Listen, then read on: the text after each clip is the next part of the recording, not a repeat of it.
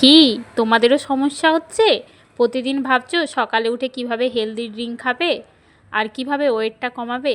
তো আজকে তোমাদের জন্য একটা সুন্দর হেলদি ড্রিঙ্ক নিয়ে চলে এসেছি, যেটি তোমরা সকালে খালি পেটে খেতে পারো। পেটও ভরা থাকবে আর কিছু খেতেও লাগবে না। তাহলে দাঁড়াও দাঁড়াও, আমার গোটা ভিডিওটি তো দেখে যাও। নিয়ে নিয়েছি ছোলা, ছোলার ছাতু, আর তার সাথে নিয়ে নিয়েছি 3-4টে খেজুর, কিশমিশ, আর যেহেতু বাড়িতে হলুদ ছিল তো কাঁচা হলুদ।